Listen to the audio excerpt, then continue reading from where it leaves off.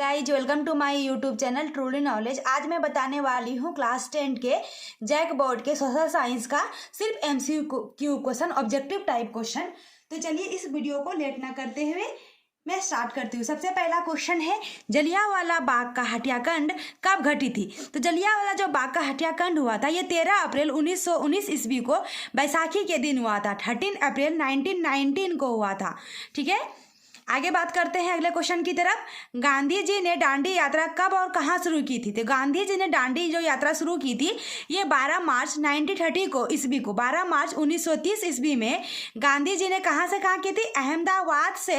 अहमदाबाद के अपने वो रहते थे साबरमती आश्रम में, तो उसी आश्रम से अहमदाबाद के अपने साबरमती आश्रम से शुरू की थी।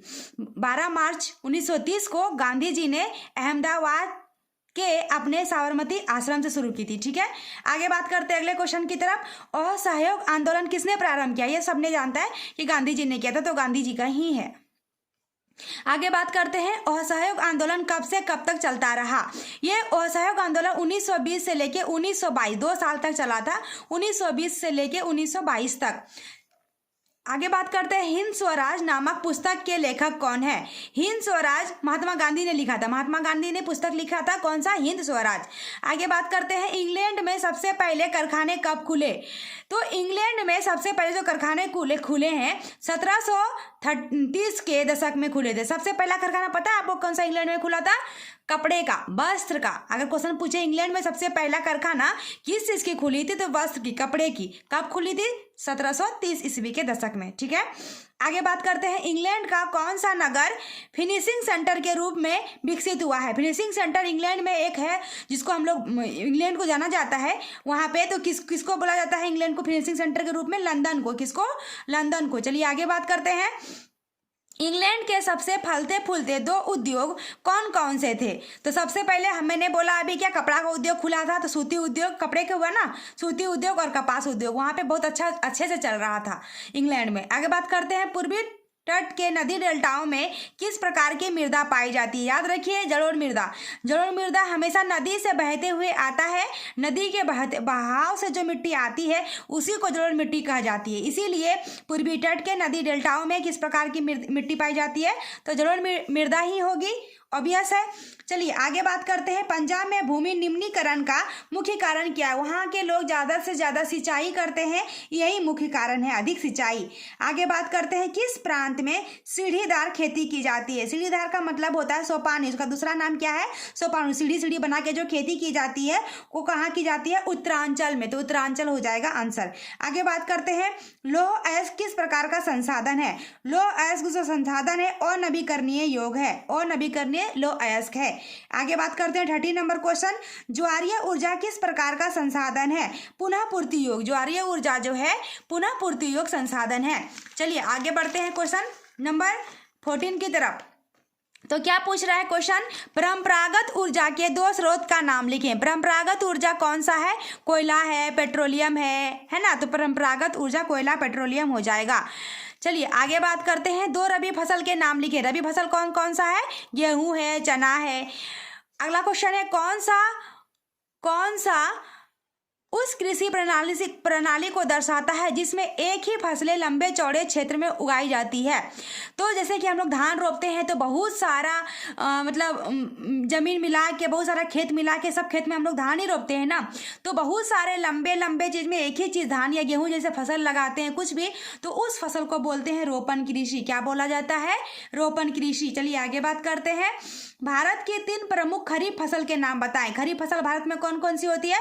चावल, कपास, मक्का, ज्वार, बाजरा, मूंगफली इत्यादि। आगे बात करते हैं, भारत के 3 प्रमुख रबी फसल। देखिए दोबारा क्वेश्चन रिपीट हो गया। रबी फसल कौन कौन है? गेहूं, चना। तो वही है, गेहूं, चना। एक लास्ट में 3 पूछा है तो जो लिख दिया है मैंने। आगे बात करते हैं, भारत की 3 नकदी फसल का नाम लिखे। नकदी का जो मतलब होता है तुरंत पैसे दीजिए, तुरंत फसल दीजिए, तुरंत आपको पैसे मिल जाएगा। क्या क्या? गन्ना, तंबाकू और रबड़, ये तीनों नकदी फसल है। और भी है। आगे बात करते हैं क्वेश्चन नंबर 20 की ओर। भारत के 3 फलीदार फसल। फलीदार का मतलब क्या होता है? फल रहे, जिसको फलता है, जो फूल हम लोग ऐसे करके फल को ऐसे करके खाते हैं उसको बोलते हैं फलीदार फसल। तो कौन सा होता है? अरहर भी होता है, चना भी होता है, मटर, जिसको छुड़ा के खाना पड़ता है, तो वो सब होते हैं फलीदार फसल। आगे बात करते हैं, भारत में प्रमुख रेशेदार फसल, रेशा जिसमें कि कोई भी फसल में रेशा रेशा रेशा होता है ना, उसको बोलते हैं रेशेदार। जैसे कि कपास हो गया, सन हो गया, जूट हो गया, ये सब रेशेदार फसल में आते हैं। अगला क्वेश्चन है, चाय उत्पादक के 2 राज्य के नाम लिखें। चाय मतलब चाय पत्ती। चाय पत्ती कहाँ कहाँ पाई जाती है भारत में? असम में, दार्जिलिंग में भी पाई जाती है, तो असम और दार्जिलिंग आंसर हो जाएगा। आगे बात करते हैं, रबड़ उत्पादक के 2 राज्य के नाम लिखें। रबड़ कहाँ कहाँ मिलती है? तो केरल और तमिलनाडु में मिलती है। अगला क्वेश्चन है, उस राज्य के नाम लिखें जहां की कपास एक मुख्य फसल होती है। सबसे ज्यादा मुख्य फसल अगर होती है, हम लोग की इधर होती नहीं है, कहाँ होती है? तो गुजरात में होती है। चलिए आगे क्वेश्चन बात करते हैं, चाय के उत्पादन में भारत का विश्व में कौन सा स्थान है? चाय पत्ती भारत में सबसे पहला नंबर पे आता है, चाय पत्ती उगाने में भारत, तो पहला स्थान है, प्रथम स्थान है। अगला क्वेश्चन है, उस राज्य का नाम लिखें जिसने भारत में हरित क्रांति का श्री गणेश किया, मतलब हरित क्रांति शुरू की। कौन किसने की थी? तो पंजाब ने की थी, तो पंजाब आंसर हो जाएगा। चलिए आगे बात करते हैं, सरकार द्वारा, देखिए शायद आपको दिख रहा होगा, सरकार द्वारा फसलों को सहायता देने वाली घोषणा का नाम क्या होता है? न्यूनतम सहायता मूल्य है। वैसे भी कम ही देती है सरकार, तो उसी को न्यूनतम सहायता मूल्य कहा जाता है, तो न्यूनतम सहायता मूल्य हो जाएगा आंसर। अगला क्वेश्चन है, झारखंड में स्थित कोडरमा किस खनिज का अग्रणी उत्पादक है? कोडरमा में सबसे ज्यादा अभ्रक पाए जाते हैं, तो अभ्रक का उत्पादन कौन से राज्य में है? तो झारखंड राज्य में है। कहाँ है? तो कोडरमा में भी है। क्वेश्चन घुमा के भी पूछा जा सकता है। अगला क्वेश्चन है, कौन सा खनिज अपक्षयित पदार्थ के अवशिष्ट भाग को त्यागता हुआ चट्टानों के ओर अवघटन से बनता है? चट्टान के अवघटन से जो बनता है वो क्या बनता है? कोयला। चट्टान के जैसा दिखता है ना, कोयला भी चट्टान की तरह ही रहता है, तो उसके अवघटन से ही बनता है। तो कौन सा बनता है हम लोग का पदार्थ? कोयला, खनिज। चलिए आगे बात करते हैं, किस चट्टान के स्तरों में खनिजों का निक्षेपण और संचयन होता है? तो तलछट्टी चट्टान, वही चट्टाने हो गए, तलछट्टी चट्टाने। अगला बात करते हैं, मेनाजाइट रेत में कौन सा खनिज पाया जाता है? थोरियम। कौन सा पाया जाता है? थोरियम। चलिए आगे बात करते हैं, भारत में तेल उत्पादक 2 क्षेत्रों के नाम लिखें। भारत में जो तेल पाई जाती है कहाँ कहाँ पाई जाती है? मुंबई हाई में और असम में भी। असम में चाय पत्ती भी पाई जाती है और तेल भी पाई जाती है, और मुंबई हाई में तेल पाई जाती है, तेल उत्पादक की जाती है। आगे बात करते हैं, भारत के 2 बॉक्साइड उत्पादक राज्यों के नाम लिखें। मैं आपको बता दूं कि झारखंड राज्य में बहुत सारे खनिज पाए जाते हैं, जैसे कोयला हो गया, अभ्रक हो गया, तो इसीलिए झारखंड का नाम आता है हमेशा। बॉक्साइड आ गया, तो बॉक्साइड भी झारखंड में ही पाए जाते हैं, तो बॉक्साइड कहाँ आ गया? झारखंड हो गया। एक क्या, झारखंड के बगल में ही उड़ीसा है, तो उड़ीसा में ही बॉक्साइड पाया जाता है, तो आंसर क्या हो जाएगा? झारखंड और उड़ीसा। आगे बात करते हैं, भारत के 2 प्रसिद्ध अभ्रक उत्पादक के नाम लिखें। तो वही हो गया, झारखंड में कहाँ पाए जाते हैं अभ्रक? कोडरमा में भी। 2 प्रसिद्ध पूछा तो बिहार में भी पाए जाते हैं, झारखंड से सटा हुआ बिहार, तो बिहार में भी पाए जाते हैं, तो झारखंड और बिहार हो जाएगा। आगे बात करते हैं, भारत के 2 महत्वपूर्ण लौह अयस्क उत्पादन राज्यों के नाम बताएं। तो 2 लौह अयस्क कौन कहाँ कहाँ पाए जाते हैं? उड़ीसा में है और गोवा में भी है। देखिएगा, उड़ीसा में भी बहुत सारा खनिज है, झारखंड में भी बहुत सारा खनिज पाए जाते हैं। आगे बात करते हैं, परंपरागत ऊर्जा के 3 स्रोतों के नाम लिखें। परंपरागत ऊर्जा कोयला है, पेट्रोलियम है, प्राकृतिक गैस है, और गैर परंपरागत के भी नाम लिख देते हैं। तो गैर परंपरागत ऊर्जा के 3 स्रोतों के नाम लिखें। कौन कौन है?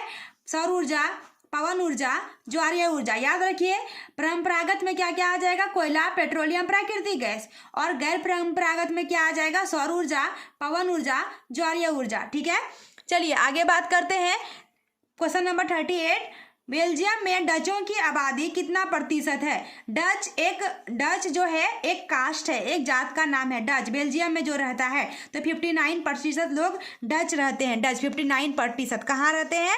तो बेल्जियम में। ठीक है, चलिए आगे क्वेश्चन है, श्रीलंका में बहुसंख्यक कौन है? मतलब श्रीलंका में कौन सी जात ज्यादा पाई जाती है? तो सिंहली।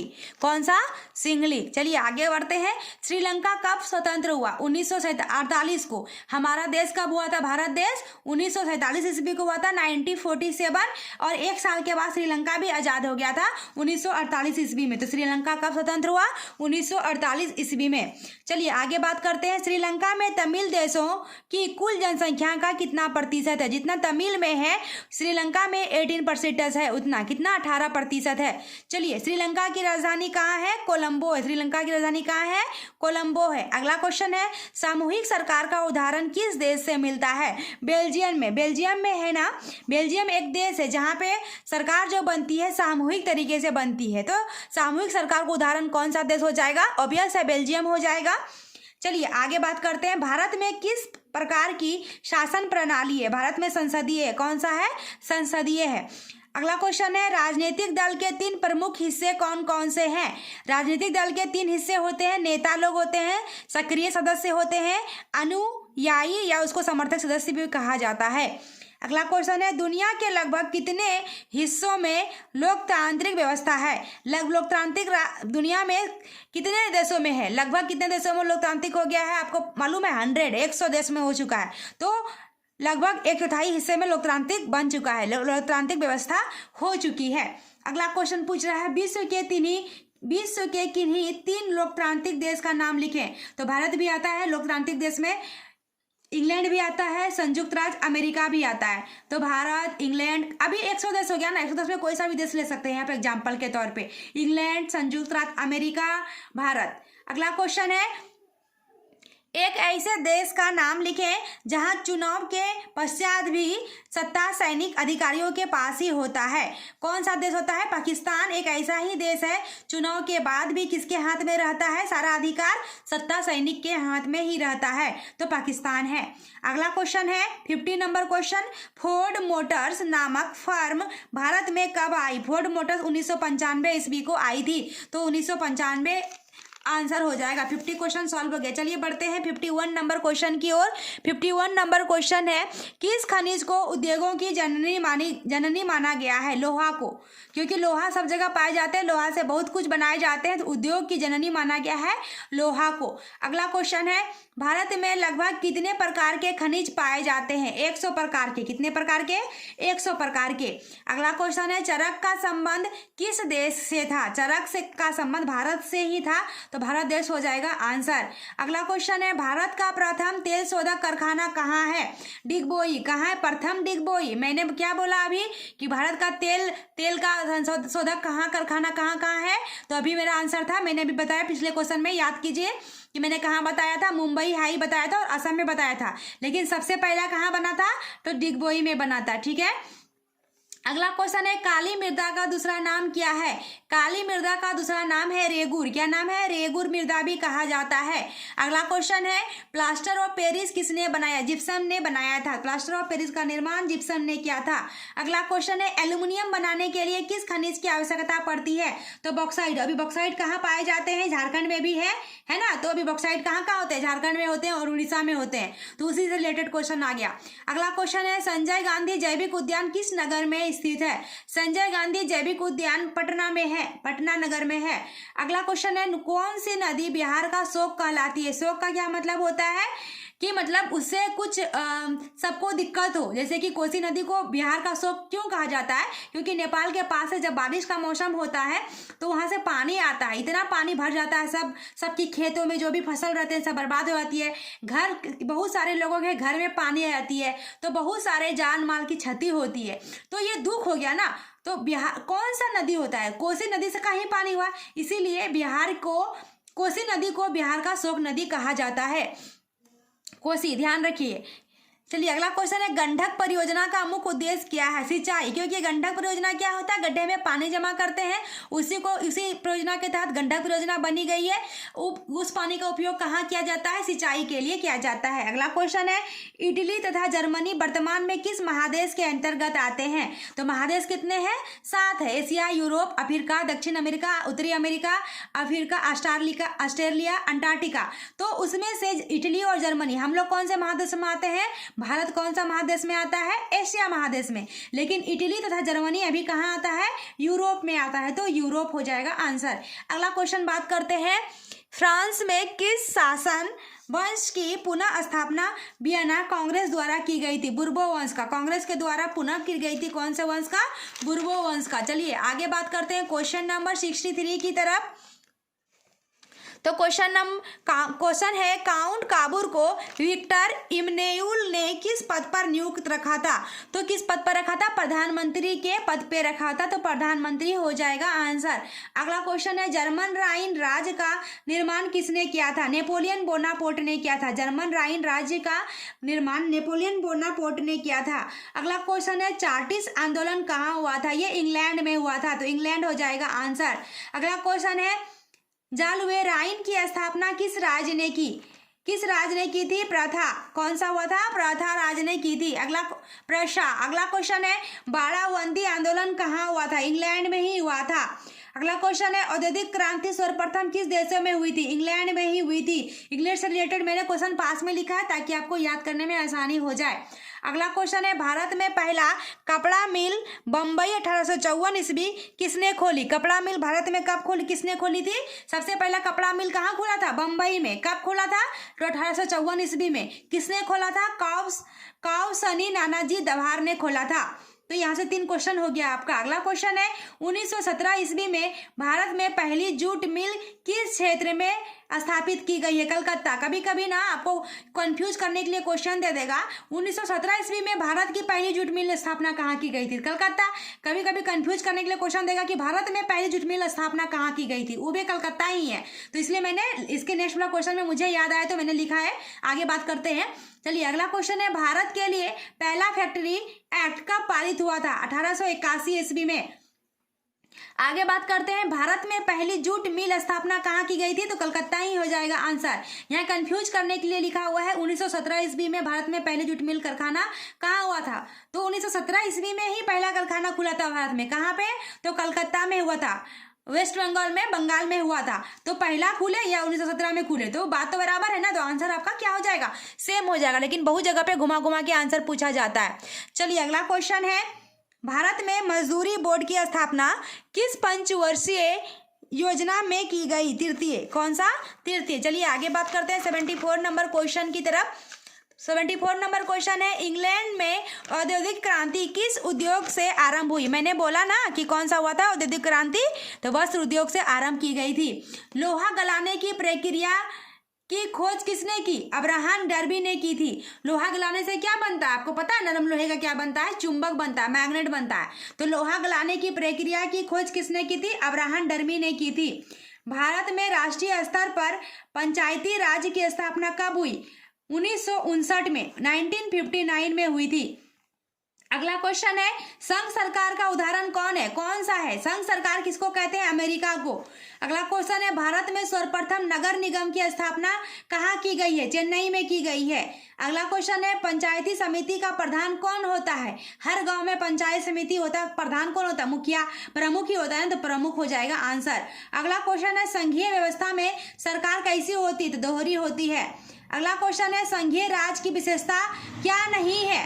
संघीय राज की विशेषता क्या नहीं? इकहरी शासन व्यवस्था, शासन करना नहीं है। चलिए आगे बात करते हैं क्वेश्चन नंबर 82 की तरफ। अगला क्वेश्चन है किस राज्य के नाम एवं सीमा में परिवर्तन करने का अधिकार किसके पास है?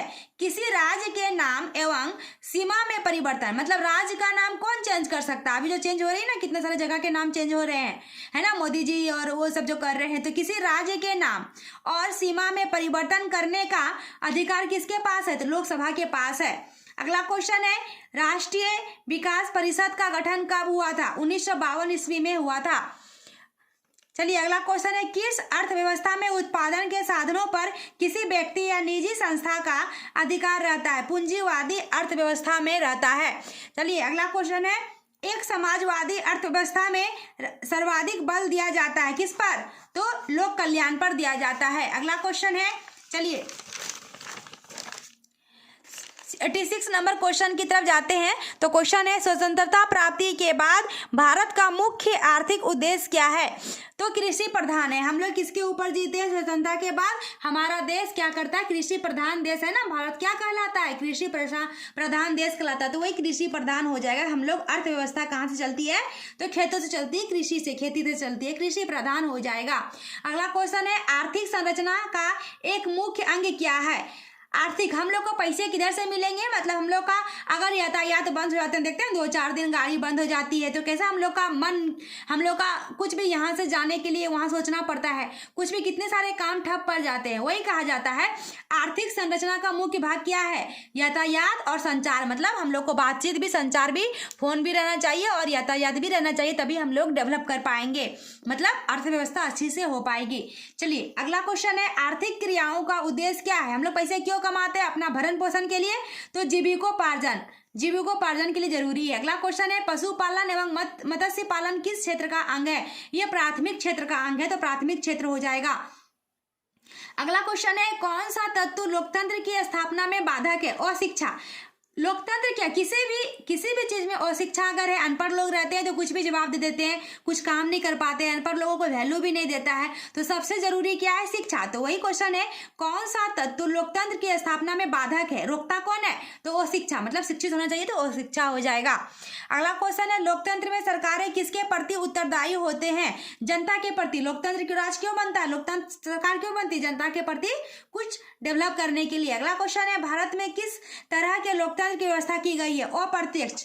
लोकतंत्र कैसे की गई है भारत में, अप्रत्यक्ष रूप से की गई है। अगला क्वेश्चन है, आज दुनिया के लगभग कितने देशों में लोकतंत्र विद्यमान है। मैंने पहले ही बताया था कितना देश में लोकतांत्रिक है, 100 देशों में।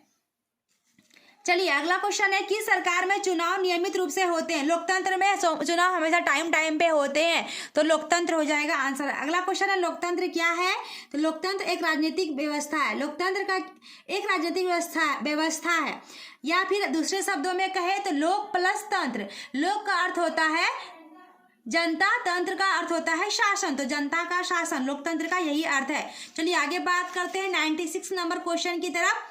सामाजिक उपबंध नामक पुस्तक के लेखक कौन थे, रूसो। कौन थे, रूसो। चलिए अगला क्वेश्चन है, जोसेफ मेसनी का जन्म कब हुआ था, सॉरी 1807 ईस्वी में हुआ था। अगला क्वेश्चन है, साइमन कमीशन भारत कब पहुंचा था, 1928 ईस्वी को पहुंचा था। ये बहुत इंपॉर्टेंट क्वेश्चन है। अगला क्वेश्चन है, राष्ट्रीय ग्रामीण रोजगार गारंटी अधिनियम कितने जिलों में लागू हुआ, तो 200 जिला में हुआ था। अगला क्वेश्चन है, रोजगार की परिस्थितियों के आधार पर आर्थिक गतिविधियां कितने क्षेत्रक में बटा हुआ है, 3 क्षेत्रक में बटा हुआ है, प्राथमिक, द्वितीयक, तृतीयक। अगला क्वेश्चन है, नई आर्थिक नीति कब बनी थी। नई आर्थिक नीति बनी थी 1991 ईस्वी को। अगला क्वेश्चन है, जीडीपी के पदों में वर्ष 2003 में तृतीय क्षेत्र की हिस्सेदारी कितनी है, तो जीडीपी में तृतीय क्षेत्र की 50 से लेकर 60% तक है। अगला क्वेश्चन है, वैश्वीकरण के जीवन स्तर के सुधार में किसे सहायता पहुंचाई गई है, विकसित देशों के श्रमिकों को। मतलब जो विकसित देश है वहां के जो लोग काम करते हैं उस लोगों को पहुंचाई गई है।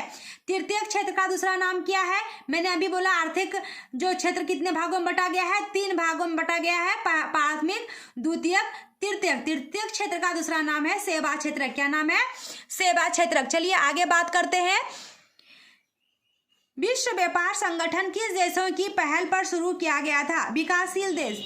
अगला क्वेश्चन है, किस क्षेत्र के अधिकांश श्रमिकों को रोजगार सुरक्षा प्राप्त होती है, संगठित क्षेत्र को होती है। कौन से क्षेत्र को होती है, संगठित क्षेत्र को की जाती है। चलिए अब ज्यादा नहीं है, थोड़ा सा है, मैंने टोटल 116 क्वेश्चन ही लिया है, इंपॉर्टेंट। चलिए आगे बात करते हैं, कौन सी एजेंसी सार्वजनिक क्षेत्र में स्टील को बाजार में उपलब्ध कराती है, सेल। कौन सा कंपनी है, सेल्स, कंपनी का नाम ही है सेल, SAIL, सेल। चलिए आगे बात करते हैं, भारत का सबसे लंबा राष्ट्रीय राजमार्ग कौन है। यहाँ पे मैंने आपका कंफ्यूजन के लिए 2 चीज लिख दिया, NH 7 है, या फिर कभी कभी ऑप्शन में रहेगा सिर्फ 7, तो 7 में टिक लगाइएगा, कभी कभी रहेगा 44, तो 44 भी टिक लगा सकते हैं, क्योंकि भारत का सबसे लंबा राजमार्ग, राष्ट्रीय राजमार्ग, वो NH 7 है, और NH 7 का दूसरा नाम बदल के ही NH 44 किया गया है। तो कभी आप कंफ्यूज मत कीजिए कि NH 7 होगा कि NH 44 होगा। अगर आप नेट पर देखेंगे तो कहीं पे दिखाएगा NH 44, कहीं पे दिखाएगा NH 7, तो आप कंफ्यूज मत कीजिए। आपका मैं क्लियर कर देती हूँ कि NH 7 का नाम बदल कर ही NH 44 रखा गया है, जो कि वर्तमान में 44 है। तो बुक से आपका पहले लिया गया है, पहले का बुक का है, तो NH 7 ही लिखा हुआ रहेगा, ठीक है। अगला क्वेश्चन है, भारतीय जनता पार्टी का मुख्य प्रेरक सिद्धांत क्या है? सांस्कृतिक राष्ट्रवाद है। क्या है? सांस्कृतिक राष्ट्रवाद है। अगला क्वेश्चन है, संविधान कितने भाषा में लिखी गई है? संविधान जो लिखी गई है 22 भाषा में लिखी है। और किसने लिखी है? डॉक्टर भीमराव अंबेडकर ने लिखी है। अगला क्वेश्चन है, भारतीय कम्युनिस्ट पार्टी की स्थापना कब की गई थी? 1925 ईस्वी को की गई थी। अगला क्वेश्चन है, श्रीलंका स्वतंत्र राष्ट्र कौन से ईस्वी में बना? श्रीलंका कब आजाद हुआ? 1948 ईस्वी में। वही है, कौन सा ईस्वी में बना है? अगला क्वेश्चन है, बहुजन समाज पार्टी का गठन कब हुआ? 1934 ईस्वी में हुआ। अगला क्वेश्चन है, विश्व व्यापार संगठन की स्थापना कब हुई? 1995 ईस्वी को हुई थी। झारखंड राज्य का गठन कब हुआ? 15 नवंबर 2000 ईस्वी को हुआ था। लास्ट क्वेश्चन है, 1970 और 1993 के मध्य बेल्जियम के संविधान में कितनी बार संशोधित किया? संविधान बेल्जियम में जो लिखी गई है 4 बार सही किया गया। बेल्जियम का संविधान 4 बार, तो 4 हो जाएगा आंसर। आई होप हमारा ये वीडियो आपको अच्छी लगी हो। अच्छा लगा हो तो लाइक, सब्सक्राइब और शेयर करें, जरूर से जरूर करें। Thank you.